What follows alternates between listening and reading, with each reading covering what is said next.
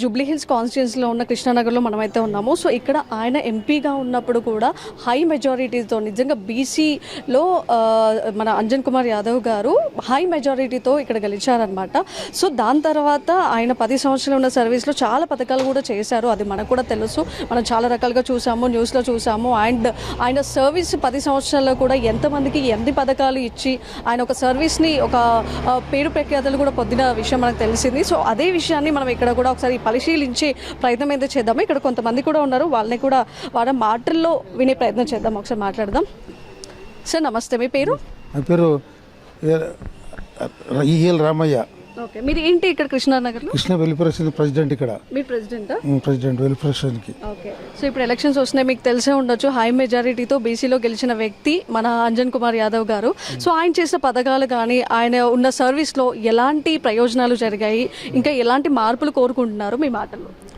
అంజన్ కుమార్ యాదవ్ గారు ఆయన గతంలో కాంగ్రెస్ పార్టీ యూత్ జనరల్ సెక్రటరీగా పనిచేశారు. తర్వాత ఆయన 2004లో ఎంపీగా గెలిచాడు. 2004 ఎంపీ గెలిచిన తర్వాత మొత్తం సికింద్రాబాద్లో ఉన్న కాన్స్టిట్యున్సీలు ఏదైతే 7 కాన్స్టిట్యున్సీలు ఉన్నాయో అందులో మాది జూబ్లీహిల్స్ కాన్స్టిట్యున్సీ. మా కాన్స్టిట్యున్సీకి ఆయన డెవలప్ చాలా చేయడం జరిగింది.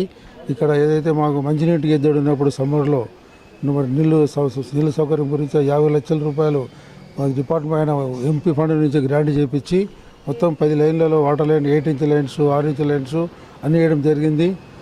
తర్వాత మళ్ళీ మన ఎంపీ గెలిచినప్పుడు 2 కోట్లతోటి మాకు డ్రైనేజ్ లైన్ మొత్తం కాలనీలో మొత్తం ఆయన శాంక్షన్ చేయించి 8 ఇంచ్ లైన్స్ 12 ఇంచ్ లైన్స్ మొత్తం కాలనీ అంతా డ్రైనేజ్ లైన్స్ వేయించడం జరిగింది.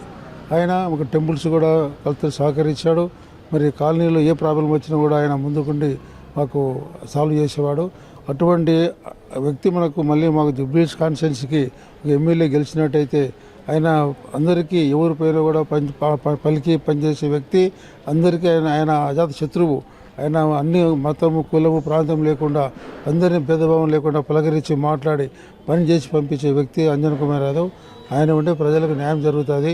బీసీలకు కానీ ఎస్సీలకు కానీ మైనారిటీ కానీ బడుగు బలైన వర్గాలు కానీ నాయకుడు అంజన్ కుమార్ యాదవ్ గారు.